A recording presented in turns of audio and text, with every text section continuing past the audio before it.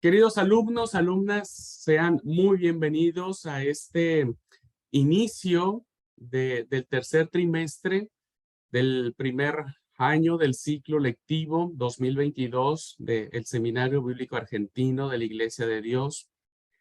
Es increíble cómo Dios en su misericordia y en su amor nos ha preservado durante todos estos meses. Gracias a Dios hemos ido avanzando, hemos ido acreditando materias, sin darnos cuenta, nos estamos acercando un poquitito más hacia la meta. Y como yo les decía a sus compañeros de segundo año por la mañana, cuando menos lo piensen, el seminario será un recuerdo para ustedes, ¿no? Será un recuerdo. Y confiamos de que sea un buen recuerdo para ustedes, y un buen recuerdo de todos los profesores y profesoras que estarán invirtiendo sus vidas en ustedes. Así es que bueno, a nombre de todos los que formamos parte de este seminario, pues les damos la bienvenida, queridos hermanos y hermanas, eh, a nuestras últimas 4 materias, para quienes están cursando todas, para quienes van a cursar dos materias, en este caso la que van a cursar con el pastor Ricardo. Bueno, estamos ya muy prontos a cerrar este ciclo lectivo. Bueno, en primer lugar, quiero decirles, hermanos y hermanas, que el propósito que tiene el seminario es poder brindar a cada uno de los líderes de la iglesia en Sudamérica y algunos alumnos de Centroamérica y de México, pues las herramientas necesarias para que como iglesia podamos seguir cumpliendo con la misión que el Señor nos ha encomendado. Evangelizar es el corazón que late es la razón que late en el corazón del Padre. El amor por los perdidos, ¿no? Es un amor que no ha cambiado en Dios, que permanece inalterable. Y creo que el hecho de que ahora ustedes puedan incursionar en esta reflexión profunda del quehacer de la evangelización y de la iglesia local, creo que será un gran desafío, no solo para que nosotros mismos podamos reentender el evangelio en nuestras vidas y en nuestros corazones. Es muy probable que con las cátedras que el profesor nos dé, nos demos cuenta que necesitamos ser reevangelizados, que necesitamos volver a tener pasión por Cristo, amar a Cristo con todo nuestro ser, más allá de nuestros legalismos, más allá de nuestros rituales religiosos, más allá de las formas en que como iglesia fuimos enseñados a vivir la vida cristiana. Creo que el hecho de que nosotros seamos confrontados con el llamado de Cristo será fundamental para tener una vida transformada en Jesús. Pero también, hermanos y hermanas, la idea es que nosotros seamos ese carbón pequeñito que estando junto, ¿no? Hace un gran fuego que motiva a la iglesia, que lleve a la iglesia a la comprensión de que todos somos responsables de que el mensaje de la tumba vacía se proclame para todas las personas. Y entonces que como iglesia, no solo el pastor, no solo el líder de evangelismo, no solo el área de evangelismo a nivel nacional, sino que realmente asumamos nuestro compromiso como cuerpo de Cristo de ser los responsables de que esta hermosa noticia corra libremente y con poder por todas las naciones de la tierra. Así es que los animo, queridos alumnos, los animo a que puedan aprovechar al máximo esta materia.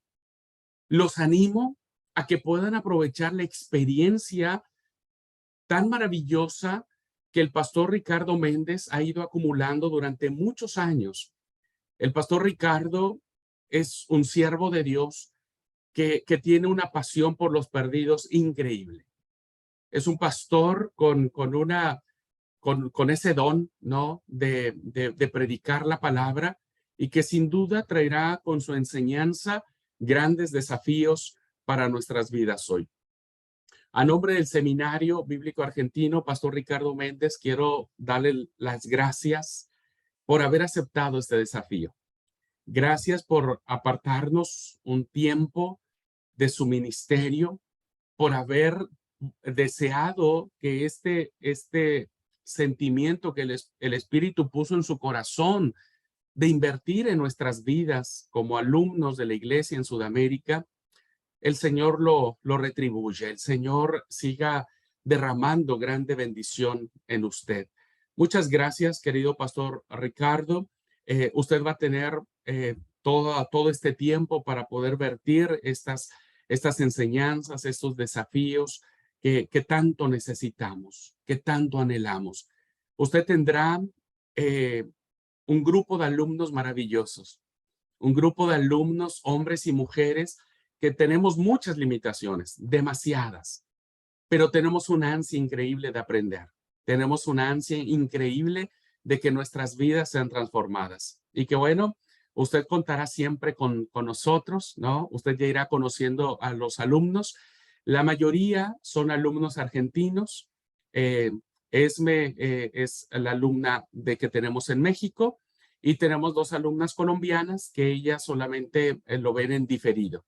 Pero la gran mayoría de alumnos son de aquí de Argentina. Seguramente usted ya los irá conociendo conforme pase la cursada. Ajá. Y bueno, quiero antes de darle ya la palabra al pastor Ricardo y dejarlo con ustedes, que se haga cargo de la cátedra, quiero presentarlos al pastor, quiero presentarles un poquitito quién es él, pues para que sepamos un poco más del pastor Ricardo y seguramente lo irá comentando en la medida que avance su curso. Bueno, nuestro hermano Ricardo Méndez Carreño, él es ministro ordenado de la Iglesia de Dios en México. Está casado con nuestra hermana Maritza Barrera García. Dios le ha concedido la bendición de tener 4 hijos, Nejiel, Sulamit, Ricardo y Emanuel. En su formación profesional tiene estudios seculares. Él es licenciado, tiene una licenciatura, de médico cirujano con especialidad en medicina ocupacional. Él es médico de profesión, no solamente como el autor de Lucas es médico del cuerpo, sino también es médico del alma. Desde el año de 1983 es pastor de la Iglesia de Dios, que ha combinado perfectamente esta vocación de pastorear y de alcanzar los perdidos para Cristo. Él es un evangelista itinerante, sembrador de iglesias. Él ha desarrollado trabajo misionero en distintos lugares de México y también de Centroamérica. En el 2006 hizo trabajo misionero en San Cristóbal de las Casas, la provincia mexicana de Chiapas. En el 2017 estuvo en el país de Guatemala, en una comunidad llamada Coatepeque. En el 2008 hizo trabajo misionero en Nicaragua, en la ciudad de Sandino y de Managua. En el 2009 estuvo trabajando en Honduras, en las ciudades de Tegucigalpa y Choluteca. En el 2010 estuvo trabajando en el país de El Salvador, en las ciudades de Montserrat y Soyapango. En el 2011, el pastor Ricardo trabajó en el país de Jamaica, en las ciudades de Kingston y Montebey. En el 2012, el pastor hizo trabajo misionero en Haití, en la capital de Puerto Príncipe. En el 2013, el pastor hizo trabajo también evangelístico en el país de Belice, en las ciudades de Belmopan, en Orange Walk y San Ignacio. En el 2018 tuvo la oportunidad de estar en Cuba, principalmente en la capital, en La Habana, Cuba. Del 2014 al 2022, es decir, muchos años, él fue director nacional del Departamento de Evangelización y Misiones de la Iglesia en México. También ha sido profesor del Seminario de Entrenamiento Ministerial, el Seminario Hermano Nuestro en México, impartiendo las materias de evangelismo y ética pastoral. Y actualmente el pastor Ricardo está trabajando en su ciudad natal, en Acapulco, ¿no? Sembrando una nueva iglesia en un lugar, en un área que se llama Fuerza Aérea Pie de la Cuesta, que está en la ciudad de Acapulco. Bueno, es una síntesis de muchos años de experiencia, de trabajo, y que sé que esta experiencia, hermanos, ahora traerá bendición para Loma Verde, para Buenos Aires, ¿no? Traerá bendición para Misiones, traerá bendición para Entre Ríos, traerá bendición para México, para Colombia, traerá mucha bendición para nuestro trabajo en este lugar. Así es que, sin más preámbulo, antes de darle ya la palabra al pastor Ricardo y dejarlo a todos ustedes con él, vamos a orar.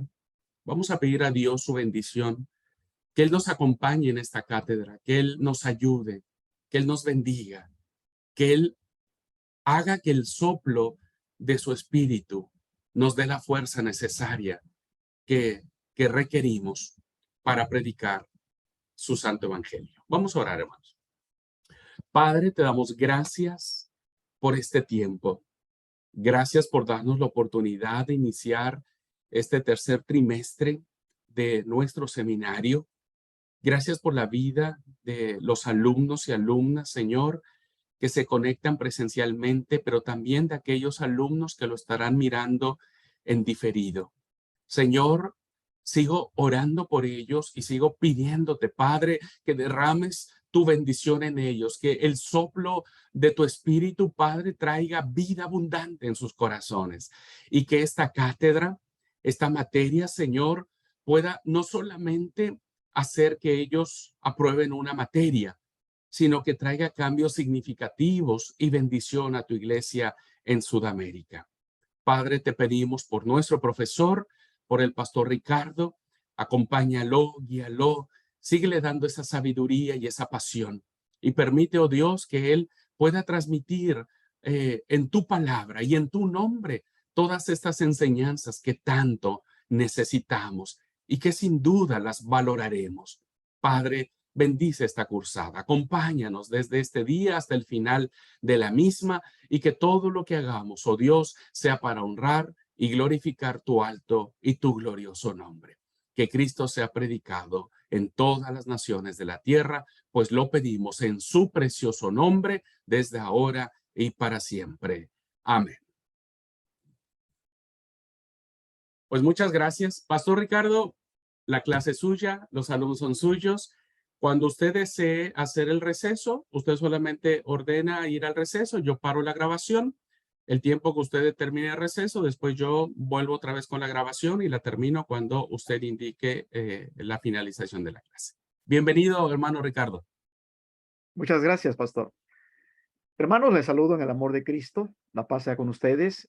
Yo agradezco a Dios y a nuestro hermano pastor Abraham por la invitación para este curso.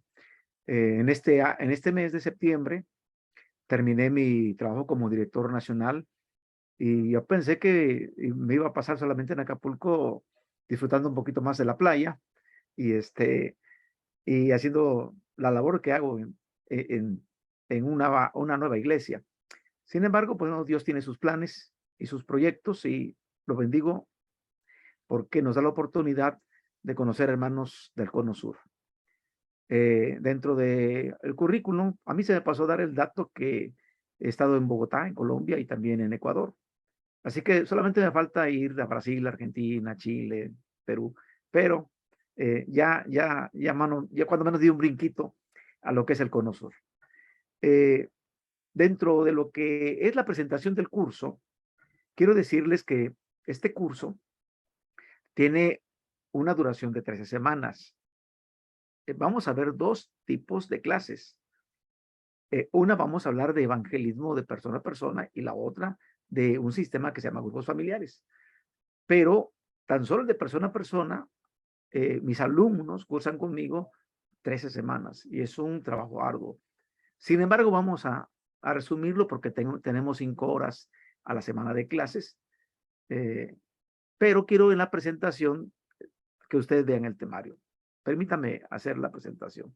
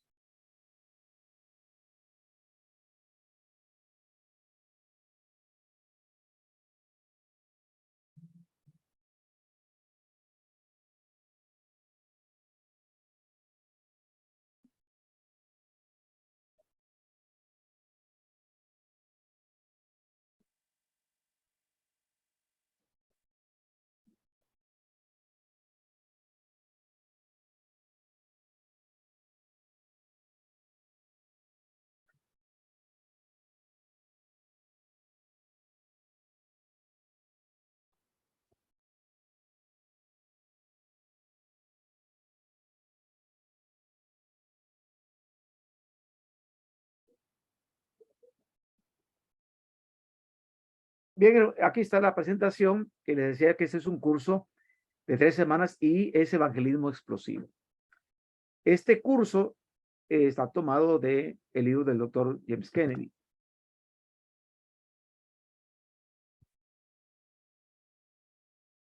La primera parte que vamos a ver va a ser declaración de fe, sugerencias de entrenamiento y visión del entrenamiento. Son 13 unidades y la primera unidad es entrenando a los creyentes. En la unidad 2 vamos a hablar del testimonio, testificando como estilo de vida. En la unidad 3, haciendo amigos. En la unidad 4, compartiendo su testimonio. En la unidad 5, preguntas de diagnóstico. En la unidad 6, ya vamos a entrar a lo que es el evangelio.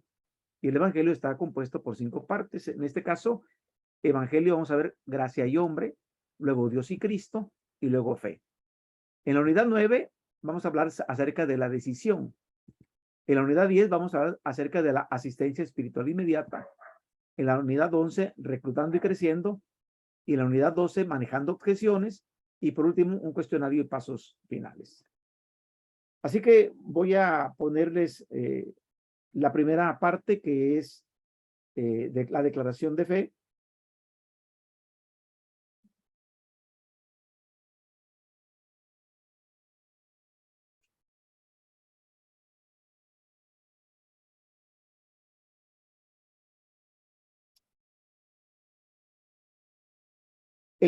Cuando hablamos de evangelismo explosivo, tenemos que primero darnos cuenta que nuestra iglesia durante mucho tiempo se ha constituido como una iglesia doméstica.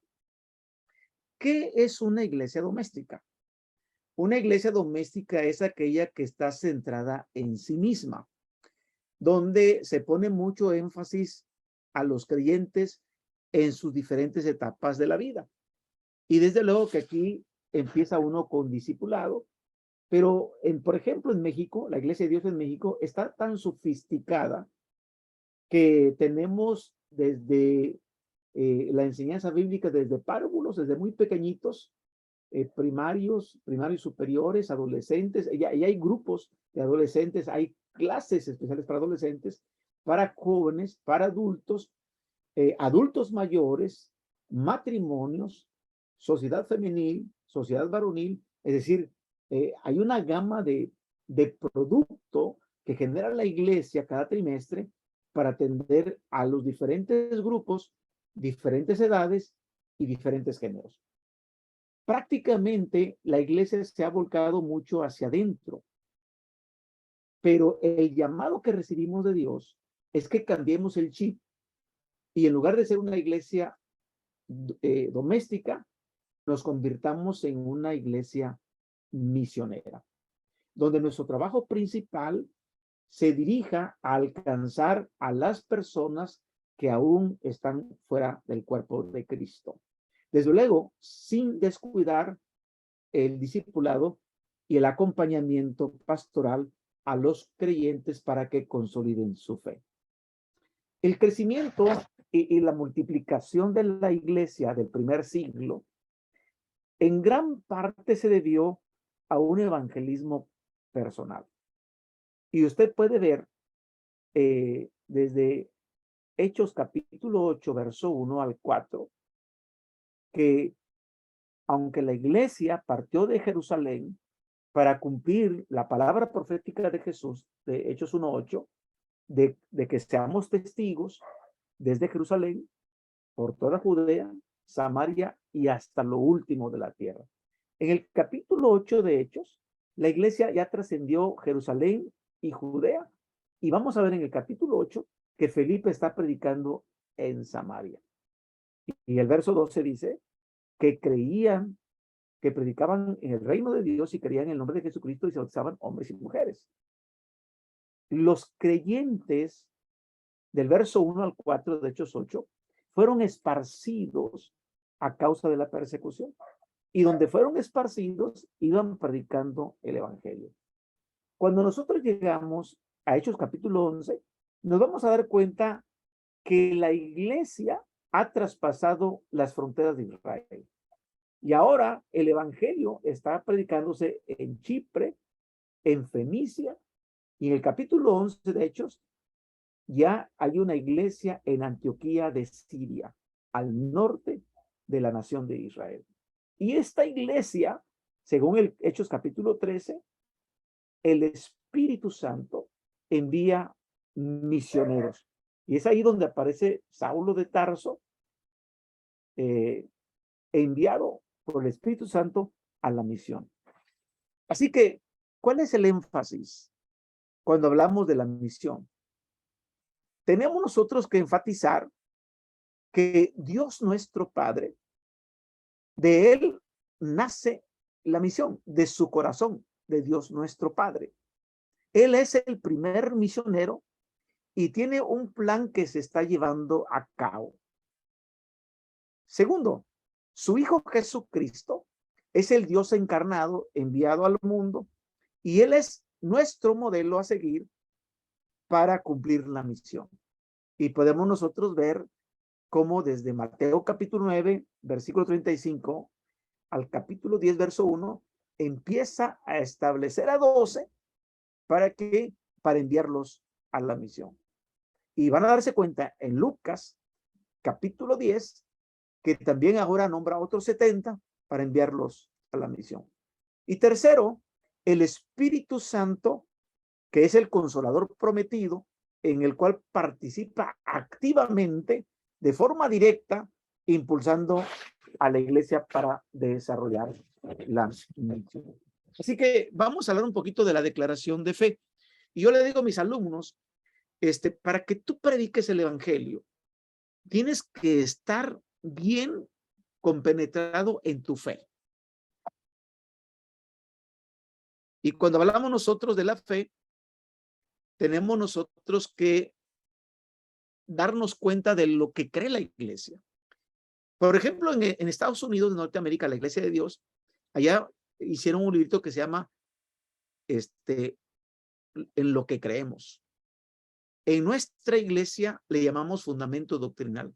Y este fundamento doctrinal está compuesto por tres partes.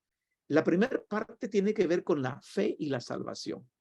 Y entonces el evangelista tiene que conocer la Biblia, es decir, el punto de fe la Biblia, el punto de fe Dios, el punto de fe el Hijo de Dios, acerca del Espíritu Santo, lo que cree la iglesia, el ser humano, el evangelio, el creyente y la iglesia.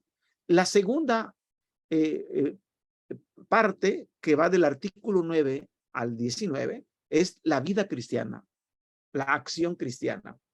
Y aquí aprendemos acerca de la oración, de los 10 mandamientos, que la iglesia predica los 10 mandamientos, que la iglesia cree en el sábado, que la iglesia tiene un régimen alimenticio, una ley de alimentación, que no es por salud, es por santidad.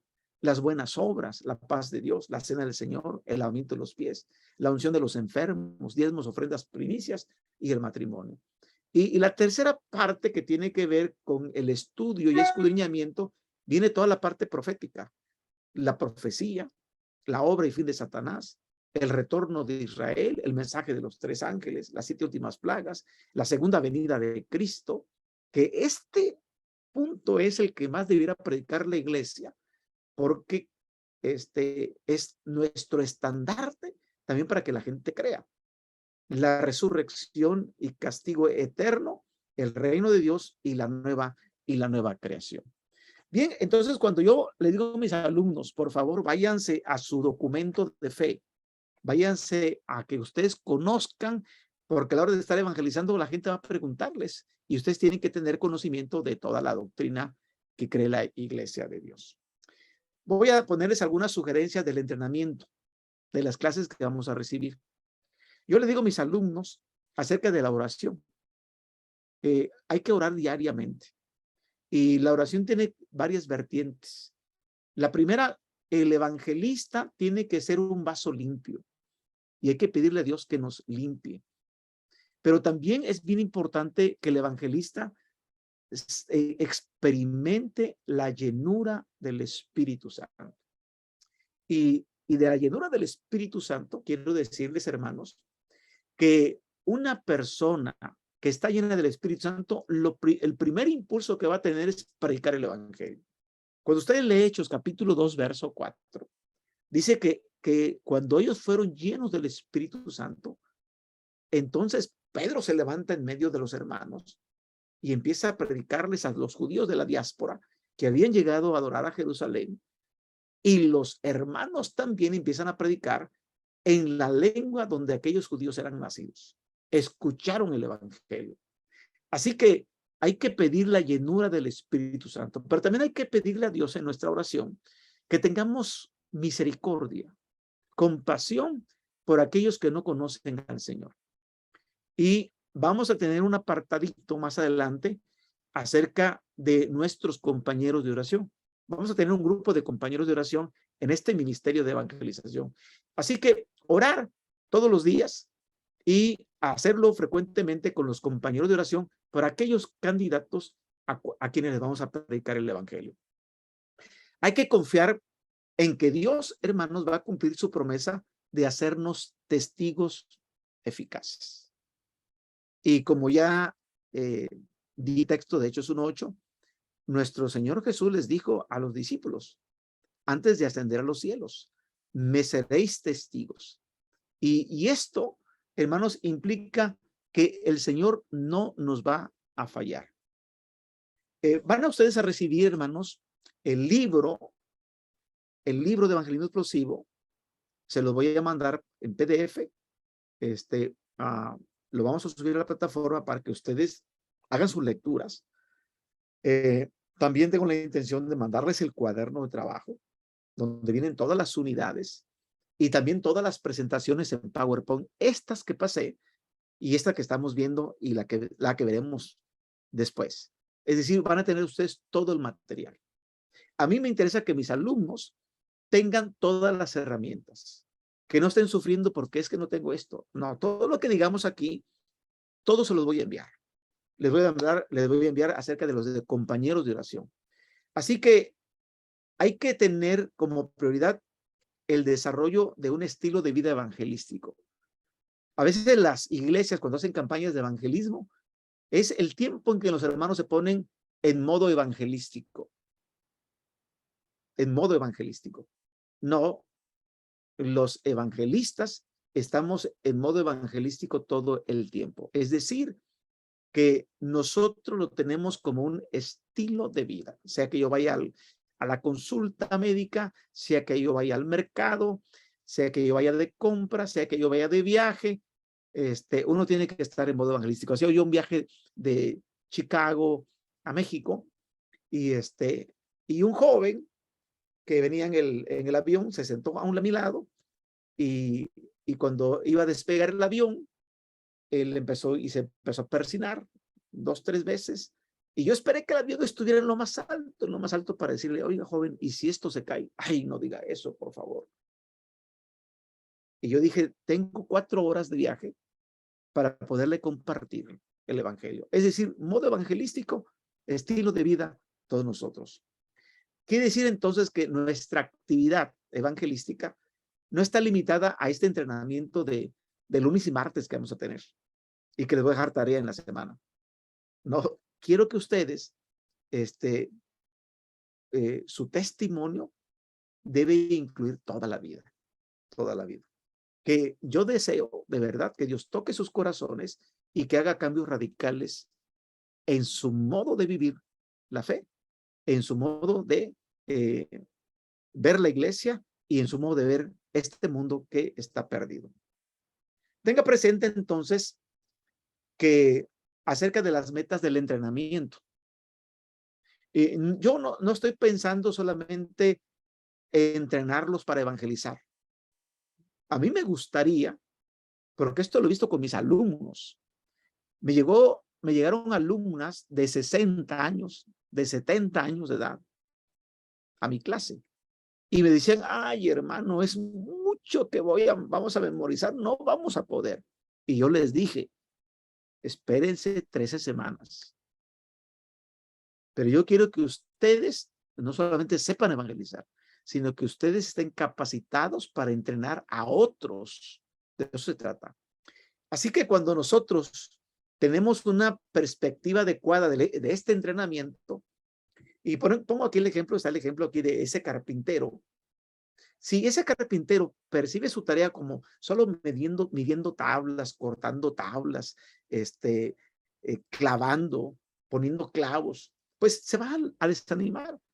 Pero si visualiza, si su perspectiva es un mueble terminado, una mesa, una cómoda, él va a mirar que esto le va a llenar de alegría y prácticamente de satisfacción por el trabajo realizado.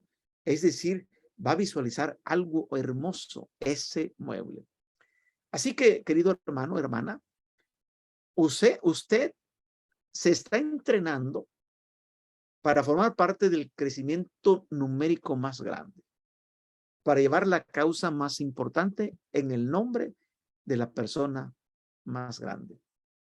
Así que este entrenamiento ha sido elaborado de tal manera que a usted le va a permitir aprender todo el material que está previsto, de una manera fácil, de una manera sencilla. Yo le invito a que vaya completando todas las tareas que se asignen y que se van a encontrar al principio de cada unidad. Cada unidad va a empezar con tareas asignadas.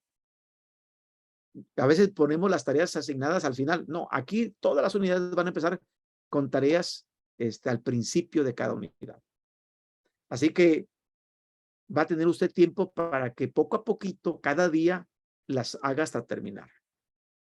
Aquí es bien importante que cada uno haga un esfuerzo por dominar bien el material.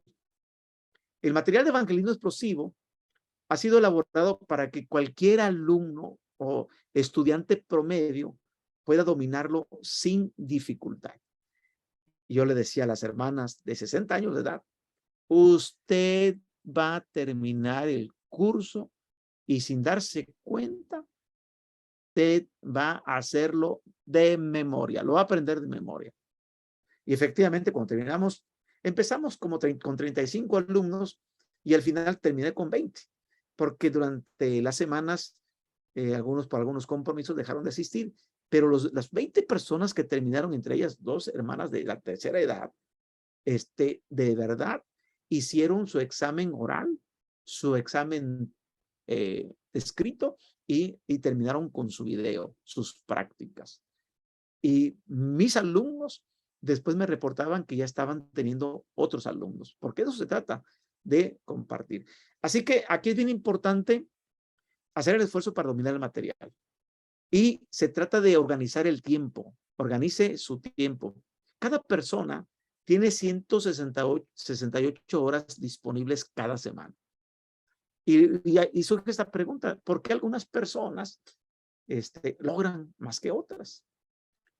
Se trata entonces de que sepamos organizar nuestro tiempo. A veces nosotros tenemos cosas urgentes y las dejamos pendientes. Pero si no son importantes, bueno, desplácelas y tome las que realmente sean importantes. Cuando nosotros empezamos a trabajar en evangelismo, siempre vamos a tener una oposición espiritual. Y yo le digo a mis alumnos, estén preparados para enfrentar la oposición espiritual, porque Satanás no va a estar contento si empezamos nosotros a alcanzar personas. Él no se preocupa por el trabajo que tengamos en la iglesia, porque a veces estamos tan entretenidos en la iglesia que estamos descuidando esta parte de la misión. Pero cuando nosotros empezamos a involucrarnos y dejar el activismo en la iglesia y empezamos a dar cumplimiento a la gran comisión, entonces vamos a tener algunos problemas.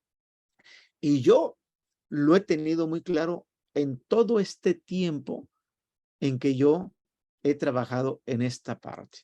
Todavía que estamos nosotros levantando una nueva congregación, no nos faltan detalles y cosas y nosotros sabemos de dónde viene y cuál es el asunto por el que quiere impedir. Pero uno debe estar seguro que es mayor el que está en nosotros que el que está en el mundo. Así que hay que confiar que el Consolador está con nosotros, que el Espíritu Santo está con nosotros. Le invito entonces a que también sea paciente con usted, porque aunque el material no está difícil y que le va a llevar tiempo dominarlo, quiero pedirle que sea paciente. Quizás algunas cosas se le vayan olvidando. Yo les voy a dar algunas claves para que ustedes puedan memorizar. Pero, por favor, quítese de la cabeza eso de no lo voy a lograr. Y yo quiero decirle que lo va a hacer. Lo va a hacer. Usted sea persistente y Dios va a ayudarle a realizar este trabajo. La única manera de fracasar es dejar de hacer este ministerio. ¿Cuál es la visión del entrenamiento? Bueno, la visión del entrenamiento es explosión, multiplicación. Porque después de que uno ha sido entrenado en evangelismo explosivo, se va uno a dar cuenta que después yo voy a tener que entrenar a 2 personas más. Y esto se hace piramidal y geométrico. Usted va a estar comprometido con la multiplicación espiritual. Y si ellos también entrenan a otros 2, va a haber más multiplicación y va a continuar.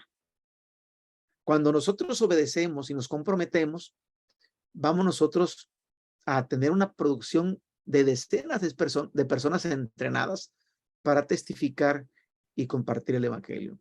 Cuando a mí me reportan hermanos de diferentes partes del país y me dicen, hermano, estamos bautizando tantos hermanos, ya llevamos tantos bautizos, yo digo, bendito sea Dios, porque este trabajo de entrenar a otros sí está funcionando para la gloria de Dios. Y porque al final, miren, nosotros tenemos que aprender que es Dios el que agrega a la iglesia los que han de ser salvos. Nosotros no tocamos a las personas. Dios es el que toca a las personas. Dice Hechos capítulo 2:47. El Señor es el que agrega a la iglesia los que han de ser salvos. Cuando nosotros trabajamos en esta área de evangelización, el único propósito es dar la gloria a Dios. Muy bien, entonces quiero empezar, antes de pasar a la primera unidad, quiero poner un video y después del video quiero esperar algunos comentarios de ustedes. Permítanme.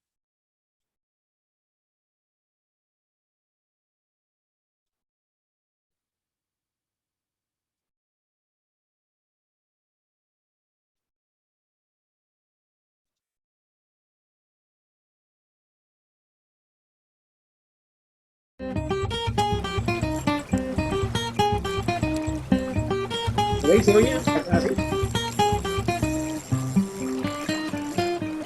Hola, ¿cómo le va? ¿Te gusta mi lancha nueva? Qué bueno que estás aquí. Quiero enseñarte unas cosas nuevas que tengo aquí. Son cosas excelentes para ir a pescar. Por ejemplo, aquí tengo un aparato que es un detector de peces. Es buenísimo. Buenísimo para encontrar los peces donde quiera que estén. Y siempre te avisa exactamente de dónde están y a qué profundidad están. También tengo que enseñarte algo. Aquí tengo mi caja de equipo de pescar aquí es fantástico. Mi equipo de pescar por ejemplo, tengo unos anzuelos aquí. Colores diferentes, tamaños. Muy importante tener un buen anzuelo para los peces. Oh, yo tengo algo que quiero enseñarte. Acabo de comprarla. Esta caña de pescar. Por ejemplo, esta parte aquí está hecha de piel de culebra. Muy buena caña de pescar. Una de las mejores que puedes comprar en la tienda. Es importante tener la ropa adecuada cuando vas a ir a pescar. Por ejemplo, también quiero enseñarte algo muy bueno. Este paquete de anzuelos tiene toda la información de cómo pescar, dónde pescar, para agarrar los mejores peces. Y ese es uno de los mejores anzuelos que puedes tener. Entonces, ¿usted es un pescador? Claro que sí, yo nací en una familia de pescadores. Mi papá era pescador, mi abuelo era pescador, mi bisabuelo era pescador, y pues yo tengo sangre de pescador y pues hijo de tigre sale pintado. Mis amigos son pescadores y tengo unos cuantos amigos que no son pescadores. ¿Y usted pasa tiempo con ellos pescando? Pues sí, claro que sí. Paso tiempo con ellos, pero ellos no saben pescar. ¿Quieres a las personas que no son pescadores? Pues claro, me caen bien, pero no son pescadores. ¿Por qué piensa usted que ellos no pescan? Pues yo pienso que son tontos. ¿Qué? Son tontos, que comen lombrices. Bueno, ¿no podría usted ir y enseñarles cómo pescar? Pues realmente yo no soy el experto y tendría que, ¿qué voy a hacer? Ir puerta a puerta, tocando, invitándoles a ser parte de mi club de pescadores. No. He escuchado que aquí es un buen lago para pescar. Claro que sí. También escuché que hay mucha trucha en este lago. Oh, bastante. ¿Por qué no pone su lancha en el agua? Pues nada más me gusta estar aquí con mis amigos y tomar mi cafecito, comer mi pan y nos gusta hablar un poco y le pasamos cera a nuestras lanchas. ¿Con qué frecuencia pesca usted? De vez en cuando. ¿Una vez por semana? No, ¿Una vez por mes o año? no. De vez en cuando. Pero le gusta pescar, ¿verdad? Sí, claro, me gusta. Me gusta pasar tiempo pescando, pero el problema es esto que, ¿qué voy a hacer? Ir tocando puerta a puerta. ¿Qué voy a decirle a la gente? ¿Quieres venir a mi club de pescadores? Pero usted se llama un pescador. Claro que sí. Pero usted no pesca. No, pues no pesco mucho. Es que yo estoy muy ocupado, como yo soy el encargado del proyecto del edificio, del club de pescadores, soy un miembro de este club de pescadores, es que no tengo mucho tiempo. ¿Hay otros en su club que pescan? Hay unos cuantos en mi grupo que pescan, sí, pero ellos dan como clases. ¿Y ellos pescan? Pues realmente pescar no, ellos nada más enseñan cómo pescar. Pues ponga su lancha en el lago y enséñenos cómo pescar. Pues es muy peligroso allá afuera, no sé. ¿Qué pasa? Que algo sucede ahí y llega otro pescador. Quizás usted nada más puede tirar la cuerda al agua. No, gracias, no. Pero usted dice que es un buen lugar para pescar. Pues sí, es un lugar excelente. Pero es peligroso y es resbaloso. ¿Y qué pasa si me caigo? Y ¿sabe qué? Realmente no tengo el tiempo para esas cosas. Pues no puede enseñarnos cómo agarrar un pez, solamente uno. No puedo hacerlo, ¿no entiendes? ¿Por qué no? Parece que tiene todo lo que uno necesita. No, mira, yo puedo ir allá y tirar la cuerda allá, pero todo es un proceso. ¿Qué voy a hacer? Primero uno tiene que como limpiarlos y hacer cosas así y huelen feos y no, definitivamente que no. ¿Y después qué? ¿Tengo que llevarlos a mi casa y que voy a presentarles a mi familia? No, los peces son horribles. A mí no me gustan los peces, definitivamente que no. No puede ser. ¿Está tomándome el pelo? La verdad es que no me gustan los peces. ¿Es un crimen?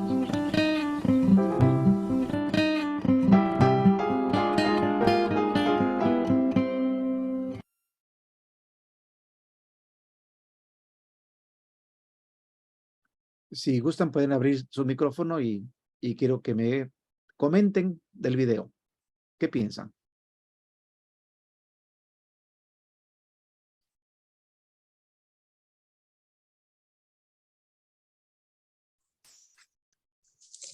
Permiso. Buenas tardes, hermano. Adelante, hermano. Esther. Me parece que se contradice tremendamente el pescador. Dice que tiene todo, que le gusta, y después dice que no lo quiere hacer, que no lo sabe hacer. Se contradice. En realidad no es pescador. Muy bien, algo más que hayan visto, porque es una parodia, pero yo quiero que ustedes vean, está hablando de la iglesia, está hablando de los que somos nosotros pescadores, y quiero que ustedes, con sus propias palabras, ¿qué piensan del video? Adelante. Permiso, pastor. Adelante. Bueno, como él decía al principio, que era pescador porque todos sus ancestros habían sido pescadores, pero en realidad no lo hacía porque lo quería hacer, sino porque su papá, su abuelo venían haciéndolo. Y lo que vi también era como que cuando la otra persona le indicaba de ir al agua, le daba inseguridad, que tenía miedo de que le podía pasar algo, entonces no se quería arriesgar, digamos. No quería, o sea, poner nada de su parte, nada de esfuerzo, ¿no? Decía, bueno, no me gusta pescar, no vale la pena, o sea, minimizaba el hecho de lo que era la pesca. Eso es lo que percibí. Muy bien. ¿Alguien más? Hay mucho que decir de esto, ¿eh? Adelante. Permiso. Sí. Por ahí lo que yo vi es que él se decía pescador, pero no pescaba. Es que por ahí lo que a veces nos pasa también como iglesia, ¿no es cierto? Que decimos que somos una iglesia evangélica, pero no evangelizamos. Y creo que ese es el punto central por ahí un poco de lo que percibí yo. Sí, fíjense que cuando habla de yo soy hijo, mi padre era pescador, mi abuelo era pescador, a veces tenemos en la iglesia cristianos de tercera generación. Estamos en la iglesia porque mis papás son de la iglesia y mis abuelos también, y muchos así estamos. Por ejemplo, yo llegué a la iglesia porque mis papás se convirtieron a Cristo, pero mis hijos son tercera generación y mis hijos están en la iglesia, pero son tercera generación. Lo otro que percibimos es de que tenemos a veces todas las herramientas para evangelizar, pero no evangelizamos. Esa es una gran verdad.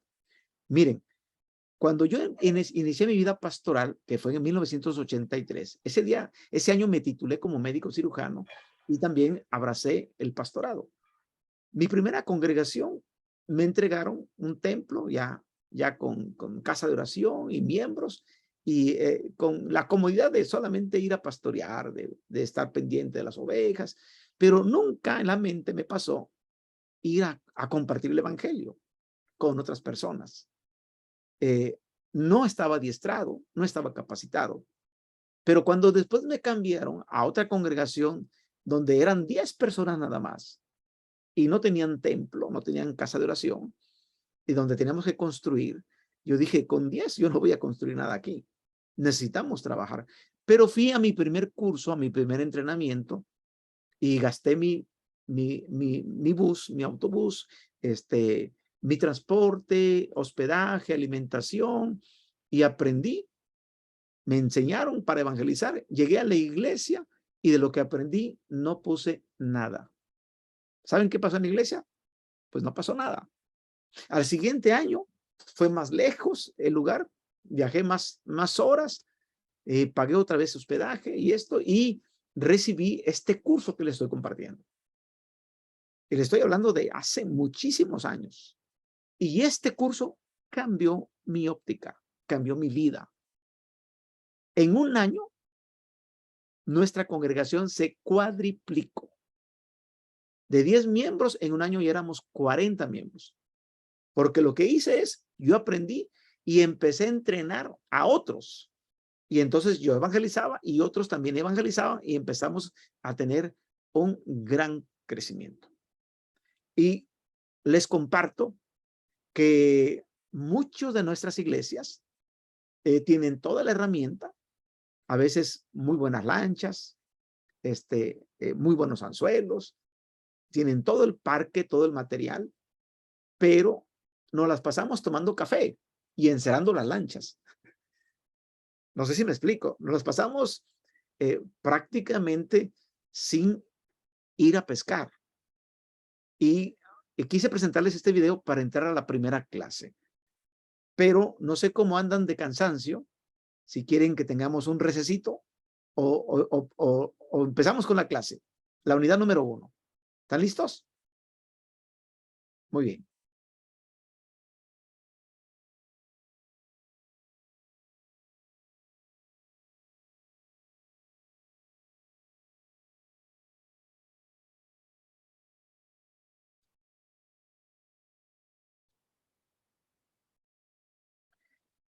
Muy bien, entonces esta unidad 1 de evangelismo explosivo se llama Entrenando Creyentes.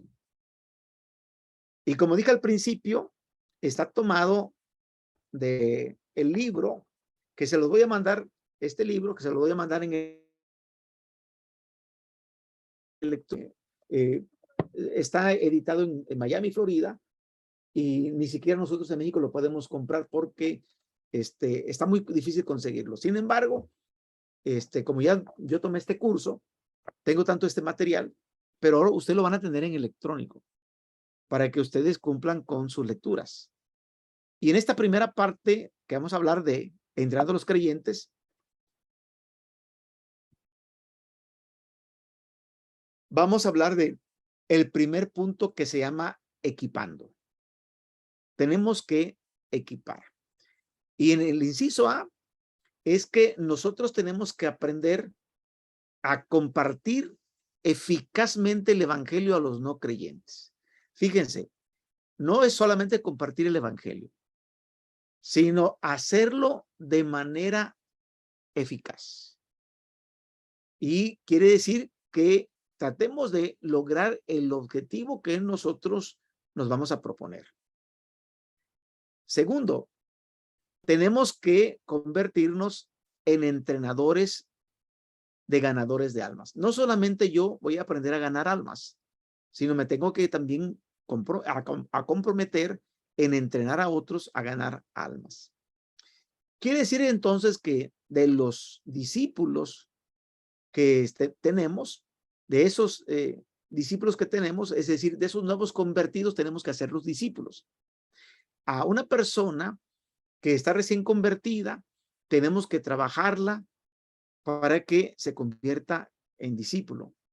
Y nosotros también tenemos que aprender a comenzar y edificar un ministerio de evangelismo en nuestra iglesia. A veces nuestras congregaciones no cuentan con un ministerio. Sí tenemos a una persona encargada como el director del departamento de evangelización o de evangelismo, pero no hay un ministerio en sí, en donde haya un equipo fuerte trabajando para el crecimiento de la iglesia. Y de eso se trata, entonces, comenzar y edificar.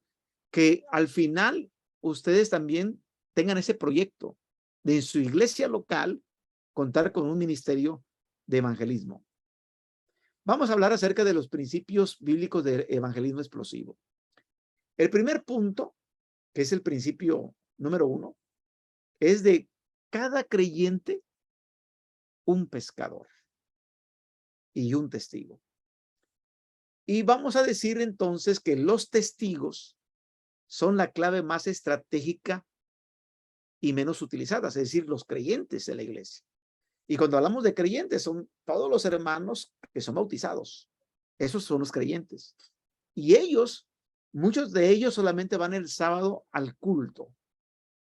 Y a veces sabemos que la intención es ir a adorar y estudiar la palabra, ser alimentados. Pero muchas veces nuestros hermanos que solamente van a la banca, a veces se convierten en catadores de culto, que solamente prueban el culto y a veces llegan a la crítica de decir, la alabanza no estuvo muy bien, o el sermón no era para mí, era para la hermana que no fue.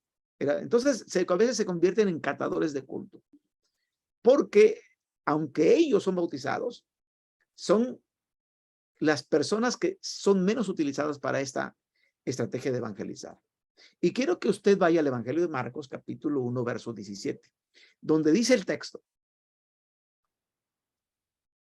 Jesús les dijo, venid en pos de mí y os haré pescadores de hombres. Entonces, para ser pescador de hombre,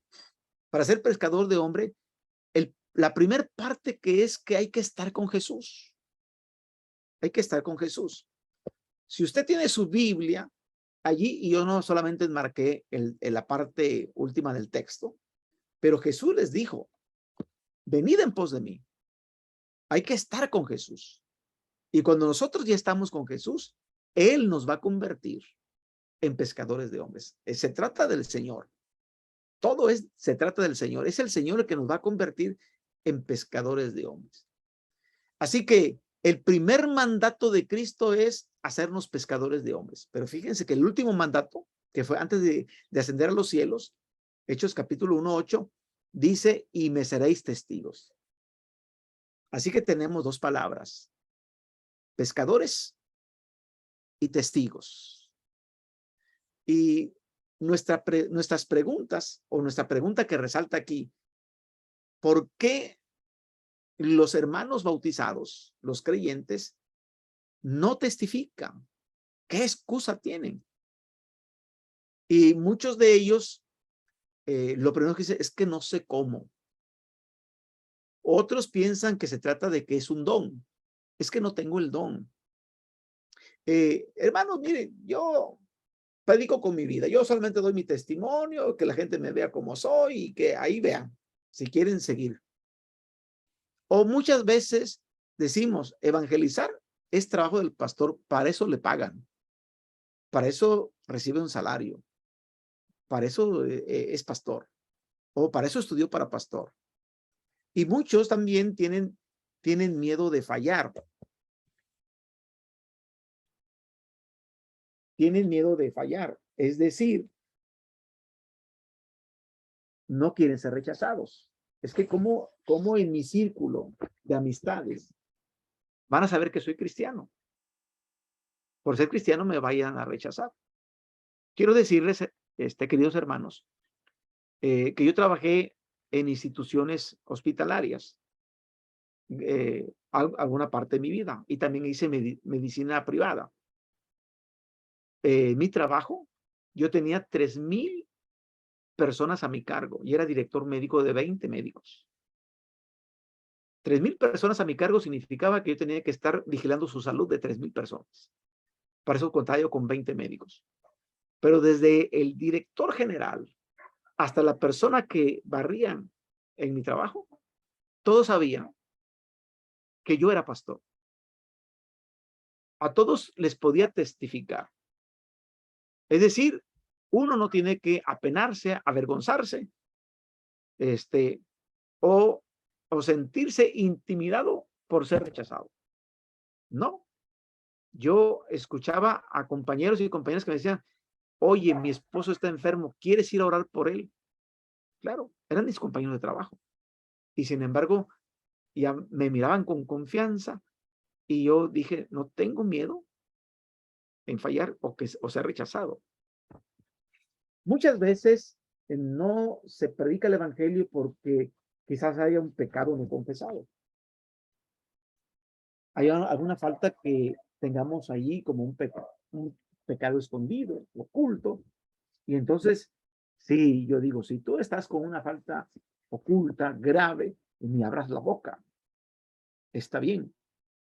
Pero nosotros, en esta humanidad que tenemos que entender que no somos productos terminados. Que aunque yo me bauticé hace 40 años, porque quiero decirles que cuando yo me bauticé estudiaba el tercer año de la carrera de médico cirujano. Yo ni me casaba y ni tampoco terminaba una carrera profesional. Cuando yo, joven, le entregué mi vida al Señor. Y quiero decirles que de ahí en adelante, del bautismo, seguimos nosotros cometiendo errores. Pero uno tiene que estar pendiente de la vida espiritual de uno, y vamos a verlo más adelante. Pero si hay un pecado oculto, está bien, no predique. Y por último, el no tengo tiempo. A veces tenemos muchas horas de trabajo, muchas ocupaciones, y a veces no tenemos tiempo. Hace unos días tuvimos un fallecimiento aquí en la familia, y yo tenía una cita para predicarle a una persona, como a 1 hora de mi casa. Y habíamos quedado de ir a compartir el evangelio. Y entonces me disculpé. Le dije, señora Isabel, no voy a poder porque nos está pasando esto. Pero el domingo, o sea, el día de ayer, a las 12 del día, llueve o truene, yo voy a estar allí. Y preguntando, llegamos a su casa y compartimos. Nosotros, hermanos, tenemos que buscar el tiempo, tenemos que disponer el tiempo. A veces las ocupaciones o las situaciones de la vida no nos lo permiten.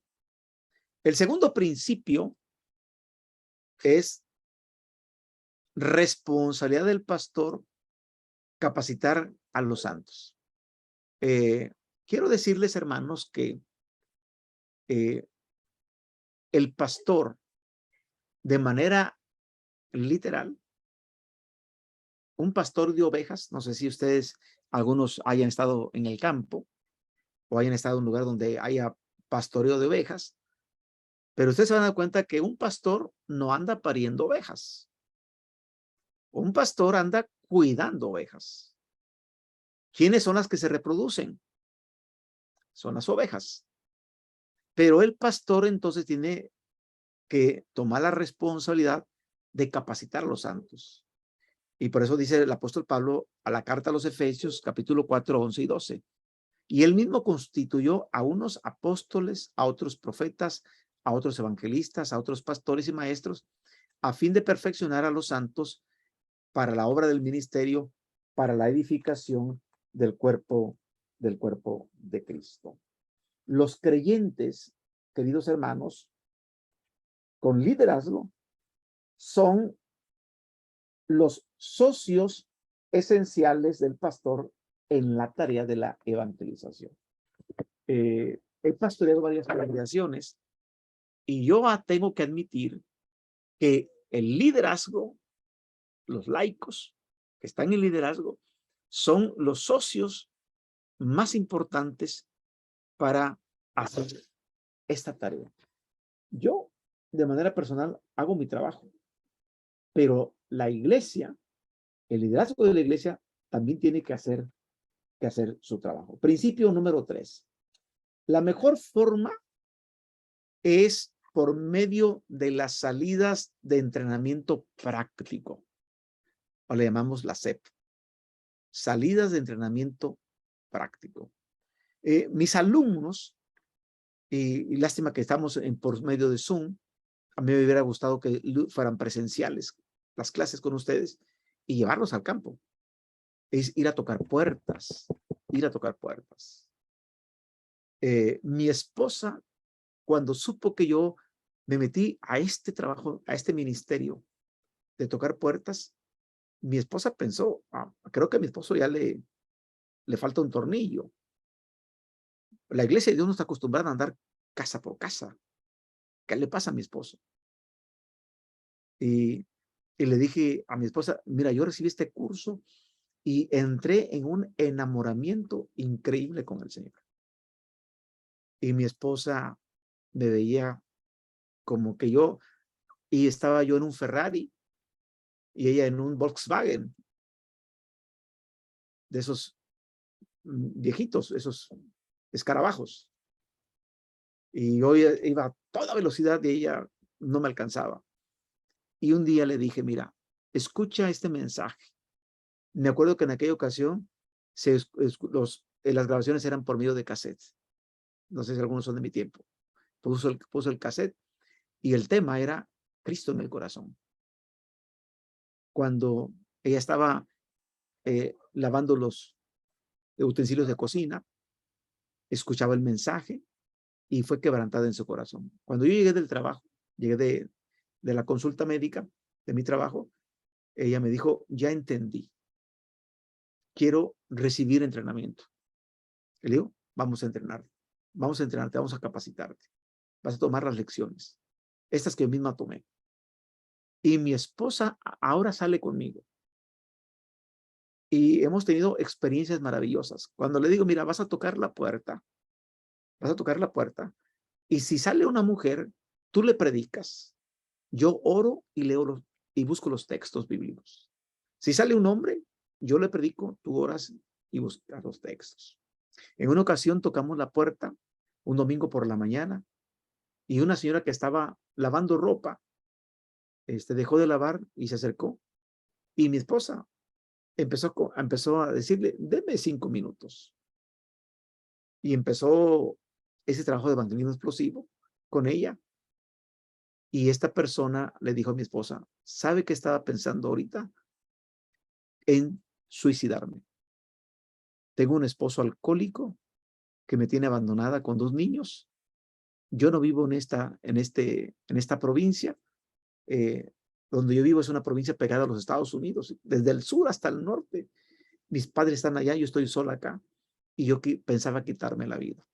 Pero cuando le llegamos con el evangelio, su vida cambió totalmente. Y uno se pregunta, qué importante es predicar a tiempo y fuera de tiempo. La mejor forma es llevar al alumno a tocar puertas, a las salidas de entrenamiento. Porque esto es lo que hizo Jesús. Jesús proveyó a sus discípulos entrenamiento práctico. Marcos 3:14 dice, y estableció a 12 para que estuviesen con él y para enviarlos a predicar. Si usted lee Mateo capítulo 10, que les dejo de tarea que lean un poquito, cuando menos del verso 1 al 7, ahí se van a dar cuenta de lo importante que es la parte de la estrategia de Jesús. La estrategia de Jesús. Y su estrategia es que primero nombra a 12. Y como dice los versículos siguientes, les da instrucciones. Verso 5, les da instrucciones. Y les pone un objetivo geográfico. Un objetivo geográfico. Específico. No a los gentiles. No a los samaritanos. Quiero que vayan y prediquen a las ovejas perdidas de la casa de Israel. Los apóstoles están siendo enviados no a gentiles, no a samaritanos, una exclusividad a las ovejas perdidas de la casa de Israel. ¿Qué iban a predicar? Acerca del reino de Dios, el verso 7. Así que Jesús proveyó a sus discípulos entrenamiento práctico. Número 2, evangelismo es como una enfermedad. Más que enseñarlo, hay que contagiarlo. Ahora con el COVID-19, que el contagio estuvo a todo lo que da, no sé cuántos de ustedes se enferman de COVID. Nosotros por acá 2 veces nos contagiamos.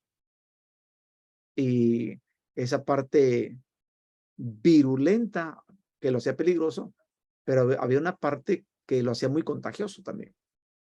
El evangelismo debe de contagiar a otros. La salida de entrenamiento práctico provee el modelaje del entrenador al discípulo. Es decir, uno sale con sus alumnos y los alumnos van viendo cómo se desarrolla la parte del bosquejo. Desde ahorita vayan pensando en que hay un bosquejo de desarrollo que hay que trabajar.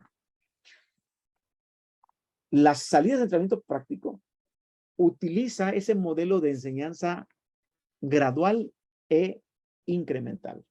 Es decir, vamos paso a paso, pero se va incrementando punto a punto. Principio número 4. La multiplicación de discípulos.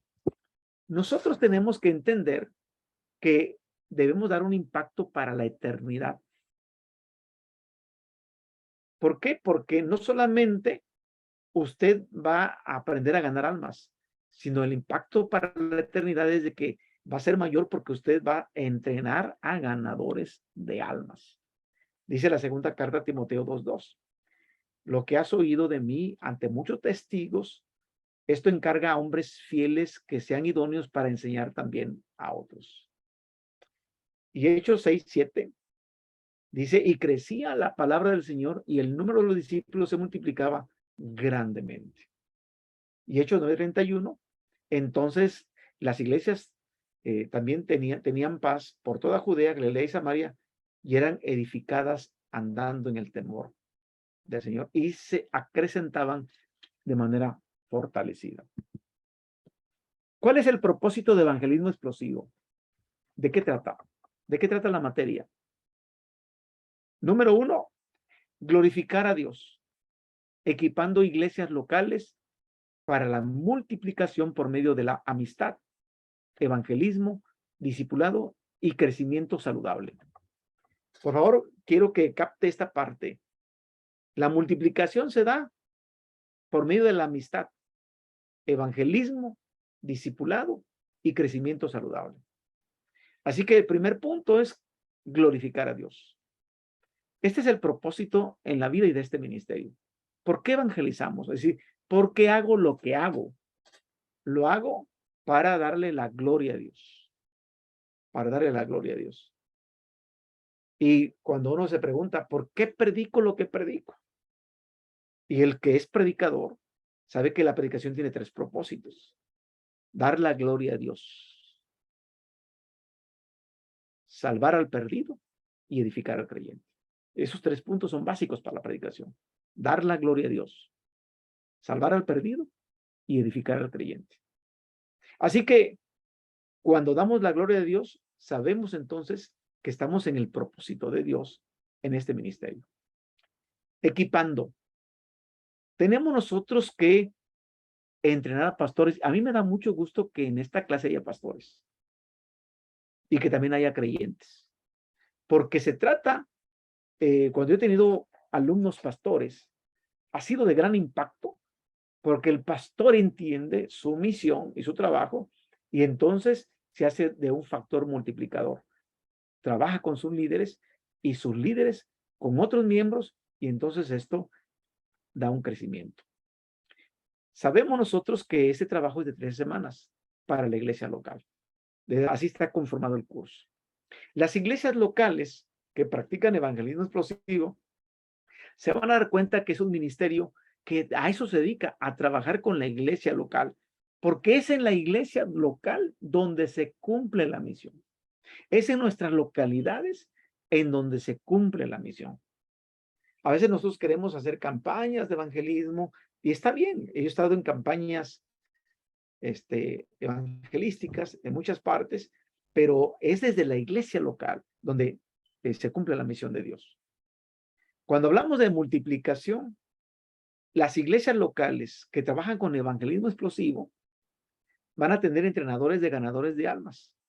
Y ganadores de almas van a tener almas ganadas para Cristo y se van a multiplicar. La amistad. Cuando hablamos de la amistad, evangelismo explosivo va a equipar a los creyentes, escuche bien, a testificar a las personas como estilo de vida dentro de nuestra red de relaciones. Cada uno de nosotros tiene una red de relaciones. Y por favor, vaya anotando su red. Mire, ¿cuál es su red? Anote, por favor, ahí. Su red es familiares que no son convertidos. Y empiece poniéndole nombres y apellidos. ¿Qué tío, qué tía, qué abuelo, qué abuela, qué hermano, qué primo no está convertido? Y ya empieza a trabajar que va usted a orar por eso. Familiares. Cuando nosotros empezamos a trabajar con familiares, yo empecé con mis primos hermanos. Y con mi primo hermano, que lo empezamos, es un arquitecto, empezamos a compartirle, regalamos una Biblia, empezamos a compartirle. Él después, cuando se convirtió, empezó a llevar a su mamá, mi tía, hermana de mi mamá, que tampoco no era, y se bautizaron. Quiere decir que la red funciona. Familiares. Punto número 2. Amigos. Sabe que cada uno de nosotros tiene mejores amigos de la escuela. Y a veces nos encontramos por Facebook. O incluso yo que egresé de la carrera de médico cirujano, tengo el grupo de WhatsApp de mi generación de médicos. Y aprovecho en el WhatsApp para compartir el mensaje. Entonces, amigos. Entonces dijimos familiares, luego dijimos amigos, luego vecinos, quien está cerca de tu casa. Vecinos. Y por último, compañeros de trabajo. Si tuviéramos una persona de cada grupo, cada uno tendría 4 personas que evangelizar. Un familiar, un amigo, un vecino y un compañero de trabajo.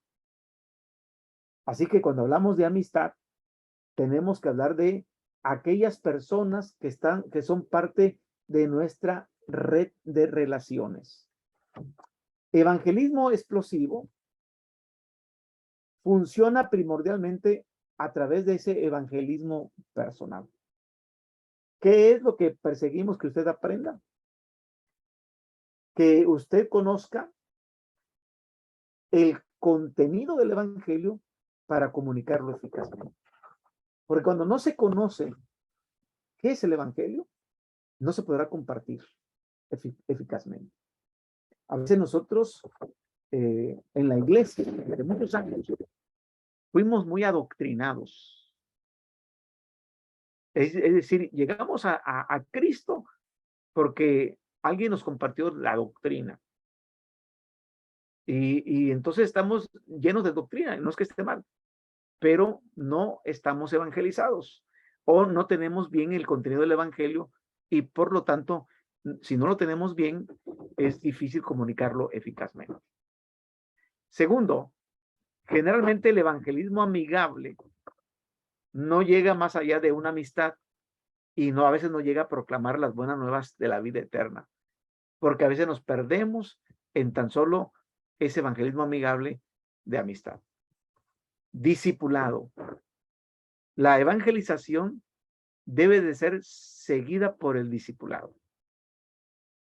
Cuando nosotros tenemos personas, y yo les estoy diciendo que nosotros en noviembre del año pasado empezamos un grupo nuevo con personas que fueron presentadas por mi cuñado. Mi cuñado nos las presentó. Mira, estas son personas, eran sus amigos, nos las presentó y empezamos nosotros, le digo, les interesa que estudiemos la palabra y empezamos nosotros a compartir. Y lo primero que les di fue evangelismo explosivo. Las personas llegaron a aceptar a Cristo. Llegaron a aceptar a Cristo. Y enseguida empezamos a trabajar con ellos en un curso que se llama Nueva Criatura, que también es un material que les voy a enviar. Cómo trabajar con seguimiento con personas nuevas. Cuando dimos el curso Nueva Criatura, entonces las personas estaban dispuestas a bautizarse. Y empezamos, antes de bautizarse, a que conocieran la doctrina.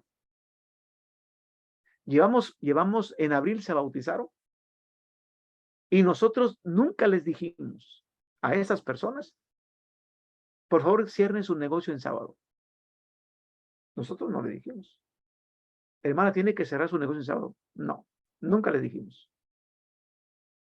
Un día nos dijeron, hermano, ya desde este sábado yo ya no trabajo el sábado. Yo ahora descanso el sábado.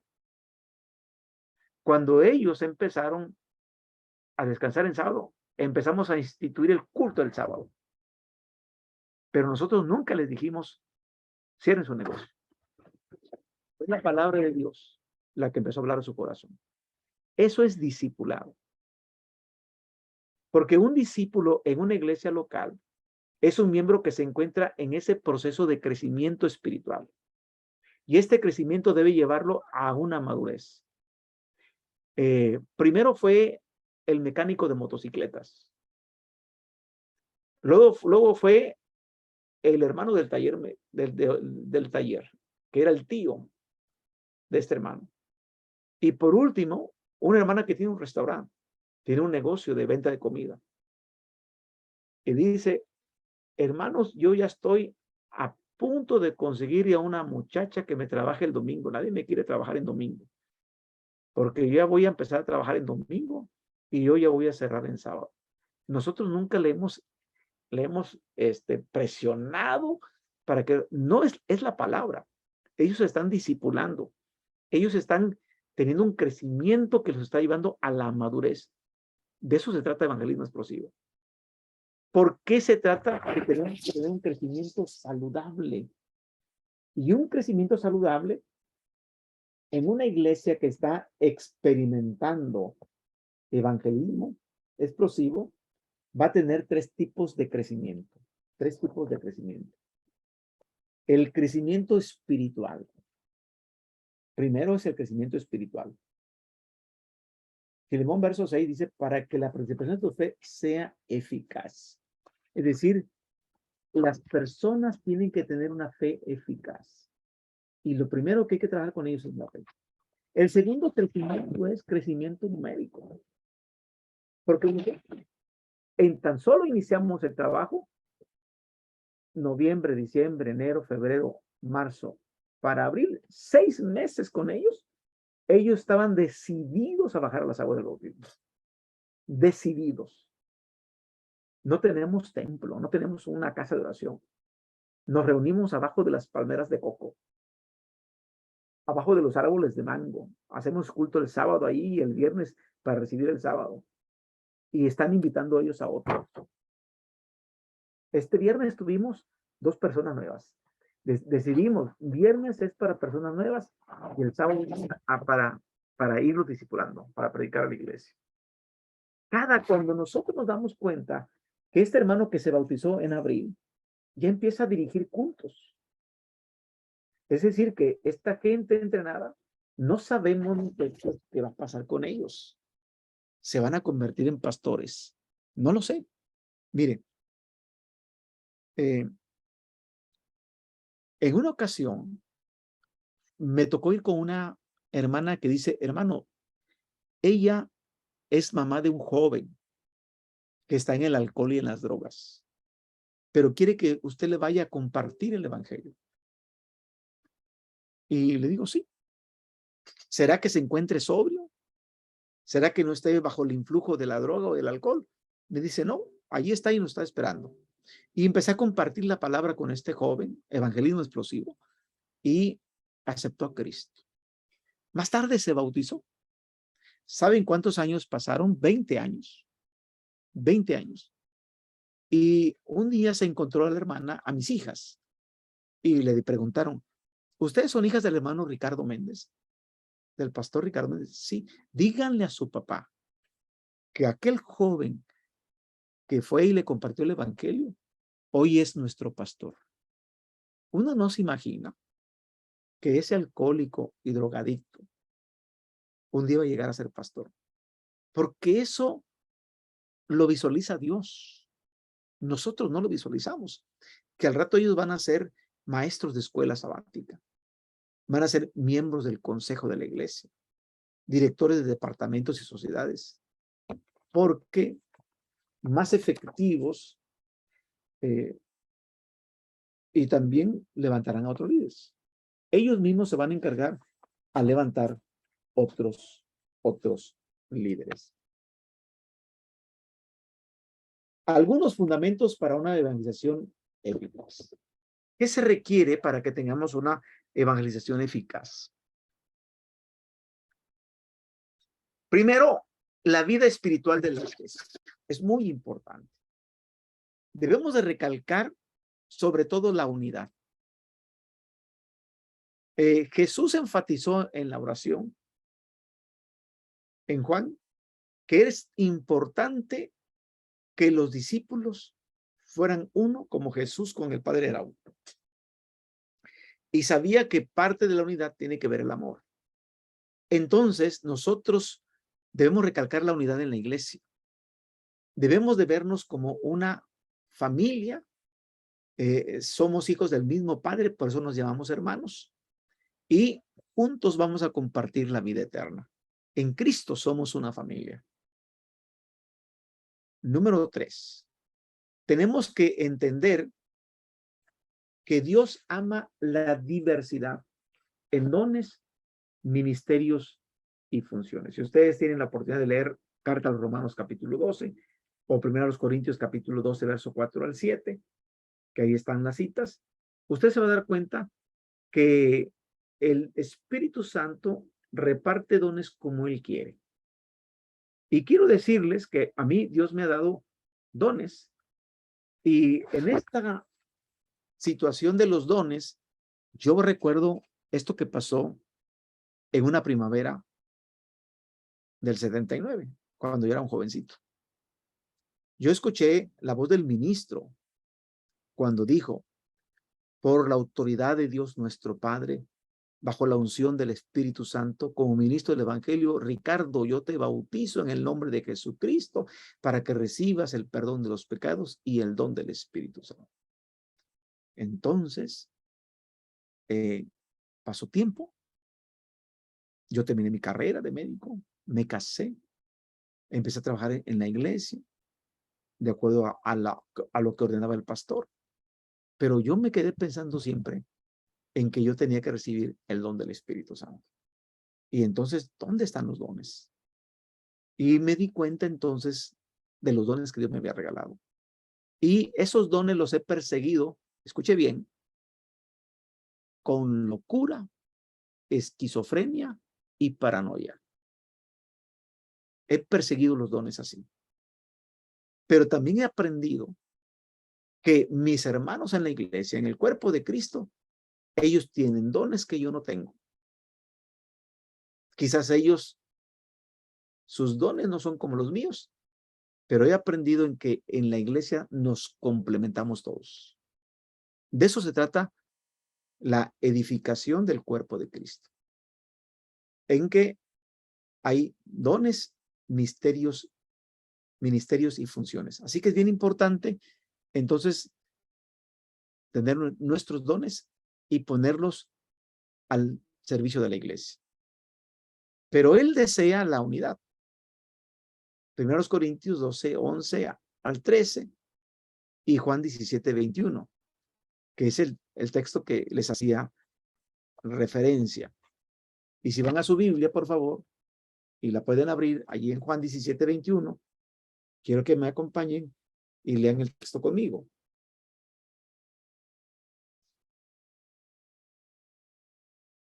Dice así la palabra: para que todos sean uno como tú, oh Padre, en mí y yo en ti, que también ellos sean uno en nosotros, para que el mundo crea que tú me enviaste. Así que, ¿quién desea la unidad? Es nuestro Dios. Y Él desea que nosotros vivamos unidos. Unidad no es tan solo unión como amarrar a dos gatos. Y pensamos que estando amarrados están unidos. No. Pero tampoco unidad no es solo uniformidad, como un equipo de fútbol que está debidamente uniformado para distinguirse del oponente. Unidad no es tan solo unanimidad.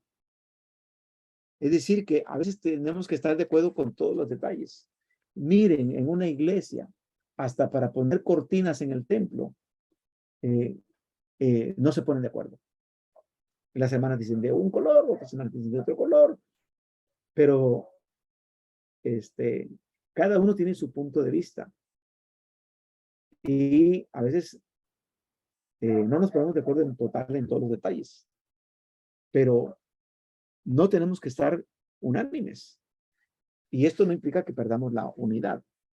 Unidad es una cooperación, escuche bien, visible en la comunicación del evangelio. Allí sí tenemos nosotros que trabajar unidos para comunicar el evangelio, de tal manera que todos trabajemos con proveer las buenas nuevas a quienes no han sido alcanzados para el cuerpo de Cristo. La vida del ganador de almas, ¿cómo debe ser? Debe de ser salvo. Debe haber una experiencia personal de la gracia salvadora de Dios. Y esto es esencial, porque es importante que cada uno haya tenido un encuentro personal con Cristo y haberse bautizado. Voy a contarles esta historia. Cuando mi hijo tenía 13 años, el más chico, ahorita tiene 21,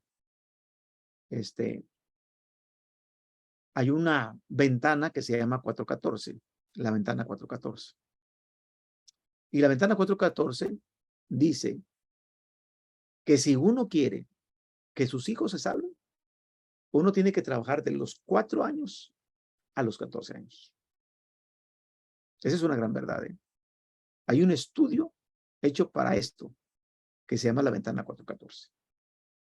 Y mi esposa un día me dijo, yo no te voy a perdonar si el mundo se salva y tus hijos se pierden. Escucha bien lo que te voy a decir, me dijo mi esposa. Prefiero que seas Noé y no Elí. Mira que Noé predicó 120 años. El mundo no se salvó, pero su esposa, sus hijos y sus nueras no se perdieron. Así que no quiero que seas como Elí, que era el sumo pontífice, el sumo sacerdote, pero sus hijos estaban perdidos en el pecado. Andas de misionero para acá y andas de misionero para allá y andas predicando acá y andas predicando allá y te la pasas acá y te la pasas allá. ¿Y tus hijos dónde están? Y yo me dije, tiene razón mi esposa. La tarea que tengo que hacer es que mis hijos encuentren la salvación. Y cuando mi hijo tenía 13 años, el más chico, porque los otros 3 se bautizaron y me faltaba el último, cuando tenía 13 años, un día, domingo, por la mañana, vio que agarré mi iPad y puse a revisar un video por YouTube y me dice, papá, ¿qué ve? Le digo, voy a ver un debate entre un metodista y uno de la Iglesia de Dios. ¿Y con respecto a qué? Le digo, con respecto al sábado. Dice, papá, ¿y lo puedo ver? Sí, nada más que dura 120 minutos, 2 horas. ¿Vas a estar conmigo 2 horas sentados viendo la pantalla? Y me dijo, sí, papá. Y se sentó conmigo. Y ahí estuvimos viendo el debate. Terminaron las 2 horas y mi hijo se levantó así, parándose el cuello, decimos acá en México, se paró el cuello y dijo, los de la Iglesia de Dios estamos bien con el sábado, papá. Y yo le dije, usted cállese, porque ni salvo es. Y entonces le compartí el evangelismo explosivo a mi hijo. Como lo había hecho con mis otros hijos, lo hice también con él. Y ese domingo por la mañana, mi hijo no paraba de llorar, recibiendo a Cristo en su corazón. Cuando mi esposa se levantó, dice, ¿por qué era domingo? Temprano estaban dormidos y él y yo despiertos. ¿Qué está pasando? Le dije, tu hijo acaba de recibir a Cristo en su corazón. Y le dije, hijo, tienes 13 años. Quiero que madures físicamente y espiritualmente. Y cuando tengas la mayoría de edad, quiero que esto, que es privado, que es tu oración privada, se convierta en pública. Esta fe privada se convierta en fe pública. Cuando te vayas a bautizar, invita a todos tus amigos de la escuela, a tus compañeros, invítalos. Pero cuando yo me bauticé, invité a mis compañeros de la Facultad de Medicina. Me decían que yo estaba loco, que esto, pero yo los invité. Y dos fueron nada más. Y dos fueron. Pero los demás no fueron, pero me acompañaron dos. Mi hijo, a los 18 años, me habla por teléfono, estando yo viviendo en Cuernavaca, Morelos, en otra provincia, y ellos aquí en Acapulco. Me dice, papá, irá a venir porque me pienso bautizar. Le dije, sí, hijo, voy para allá. La salvación es la experiencia que cada uno debe tener de la gracia salvadora de Cristo. Y Marcos 16:16 dice que el que creyere y fuere bautizado, este será salvo. Así que es bien importante que haya una experiencia de salvación, que las personas hayan entregado su vida a Cristo. Y el segundo punto tiene que ver con santidad. Y la parte de santidad, yo les invito a mis alumnos a que hagan un inventario espiritual. Es muy importante en la vida de un testigo hacerse siempre un inventario espiritual. Para quienes trabajan en almacenes, donde se almacenan productos, hay una regla que se llama primeras entradas, primeras salidas. Pero siempre, cuando hay una gama de productos, allí el almacenista sabe que hay productos que se agotan y que no puede tener faltantes. Y entonces hay una regla de máximos y mínimos, donde dice, este es lo mínimo que me puede llegar en el almacén y aquí está lo máximo. Y cuando empiezan a tener reducciones, dice, hay que pedir más porque no puedo quedarme sin producto. Ese es un inventario, hacer un inventario. Pero hablando de un inventario espiritual, entonces es trabajar un poquito con ciertas preguntas. Ese es el inventario. Por ahí se los voy a pasar y son 20 preguntas en donde ustedes lo tienen que contestar de manera personal, diciendo en una crucecita, en un recuadro, sí o no. ¿Estoy seguro que tengo vida eterna? Porque hay hermanos en la iglesia que han aceptado a Cristo, que se bautizaron y todavía están pensando en que si se van a salvar o no. Es que no sé si estoy salvo o no. ¿Cómo? ¿Estás o no estás? Y uno tiene que estar seguro de la vida eterna. ¿En quién confía para tener vida eterna? ¿Confía usted solo en Jesucristo para vida eterna? ¿Está confiando? ¿O está confiando en sus buenas obras? ¿En qué está confiando? Y yo sé que la fe produce buenas obras, pero las obras no salvan. La iglesia no salva. Los mandamientos no salvan. El único que salva es Cristo. Los mandamientos los cumplimos porque amamos a Dios. Y Jesús dijo, si me amáis, guardad mis mandamientos. Lo hacemos por amor. Pero mi confianza, mi fe solo está en Cristo. Y usted tiene que ir contestando. ¿Está Dios contento con mis prioridades? ¿Cuál es su prioridad? ¿Será que su trabajo es su prioridad? ¿Será que su familia es su prioridad? ¿O ya vio lo que dice Mateo 6:33? Mas buscad primeramente el reino de Dios. Es decir, ¿qué es lo primero? Y este inventario hay que hacerlo bien detenidamente, por favor.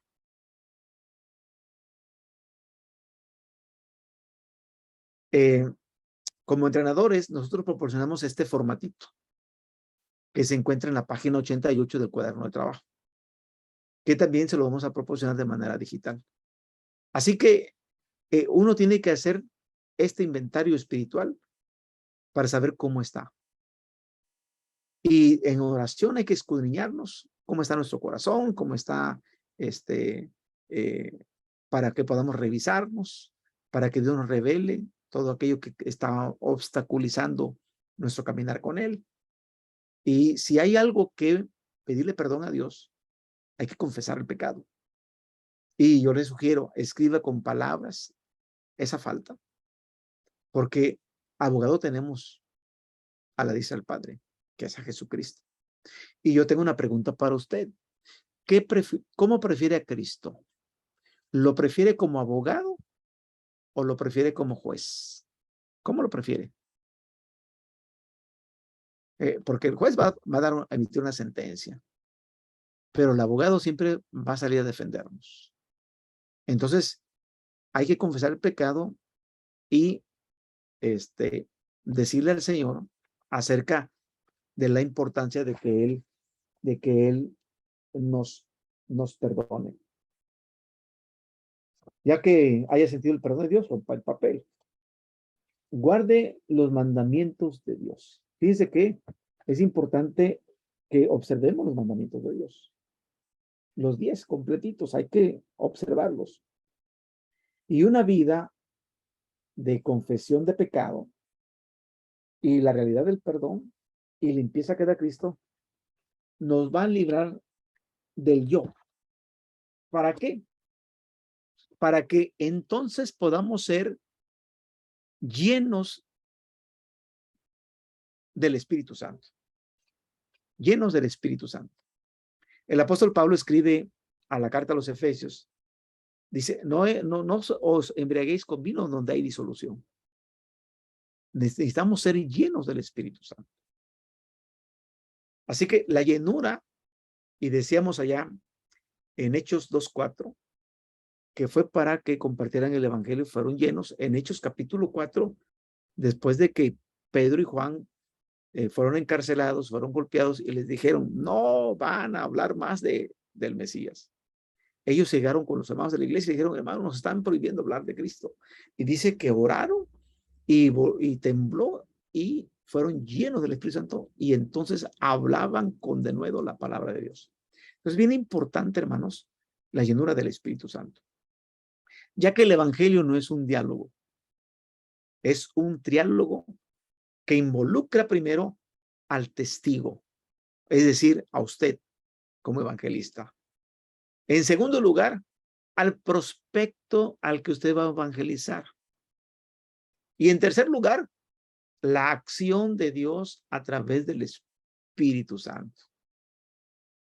A través del Espíritu Santo. Allá en Hechos capítulo 11, verso 15, Cornelio manda a traer a Pedro, que está en Jope, y llega hasta el lugar donde vive Cesarea, donde está Cornelio, y llega Pedro con otros 5 judíos de la circuncisión que le acompañan, y entran a este lugar. Ya Pedro había recibido la visión por 3 veces del lienzo, donde aparecían animales cuadrúpedos y de todo tipo, y le decía, Pedro, mate y come. Y el Señor le estaba mostrando con esa visión que pudiera llegar a casa de un pagano y entrar a casa de un gentil, que para un judío estaba prohibido. Y cuando Pedro llega a casa de Cornelio, Cornelio había contado a sus amigos, sus más íntimos, sus familiares. Y en la mitad del sermón cayó el Espíritu Santo sobre aquellas personas. Y entonces Pedro le dice a los de la circuncisión, estos que ya recibieron el Espíritu Santo, ¿los bautizamos o no? ¿Les impedimos el agua? Y el apóstol entendió que el Espíritu Santo hizo su trabajo. Solo cuando el Espíritu Santo trabaja en nuestra vida, entonces nosotros vamos a estar comprometidos con el ministerio. Mientras el Espíritu Santo no trabaje en nosotros, no vamos a sentir ese compromiso que cada presidente debe de hacer. Yo siempre a mis alumnos los llevo a la página 87 para que este compromiso de entrenamiento lo firmen. Y le digo, hagan oración, comprométanse en buscar y seguir al Señor. y empiezan ellos a decir, me comprometo con el ministerio de evangelismo porque deseo obedecer la gran comisión. El último mandato, mi primera prioridad. Asistiré a todas las sesiones semanales de entrenamiento. Y si por causa de fuerza mayor no pudiera, yo me voy a comunicar para avisar. Porque a veces los alumnos me faltaban, pero ya les retroalimentamos, les damos material de la clase que se perdieron, pero continúen y terminen el curso. Al terminar, ellos empiezan a participar como en su salida de entrenamiento práctico, y cuando terminan el curso, entonces han sido entrenados para que también ellos entrenen y recluten a otros. Y se disponen entonces a un servicio de la Iglesia de Dios Nacional. Y a mí me encantaría que en Argentina, en Colombia, donde están ustedes, haya un avivamiento donde las iglesias, personas transformadas, estén trayendo almas y estén capacitando a otros para alcanzar almas. Y este es el formatito.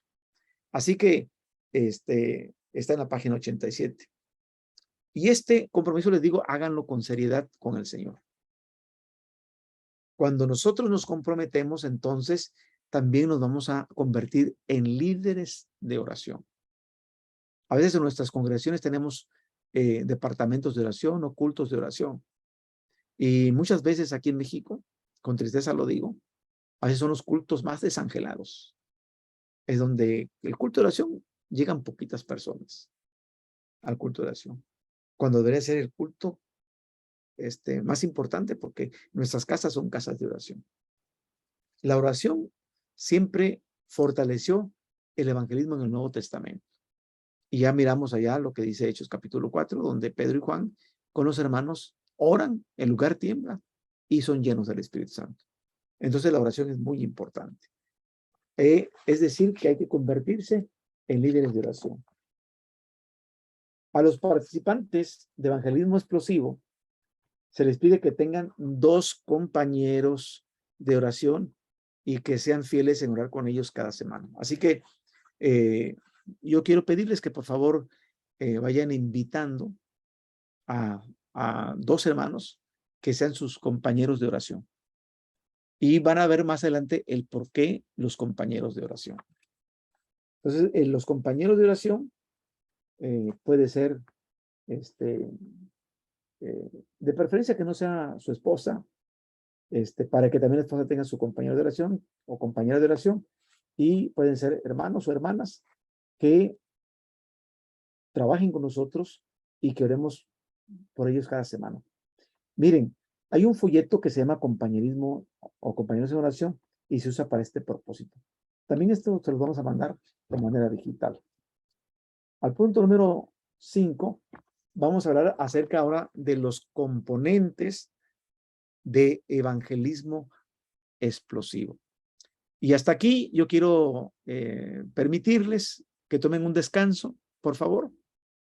Un descansito, no sé si quieran tomar mate, quieran tomar café, quieran tomar té. Y damos unos 10 minutitos. ¿Les parece bien?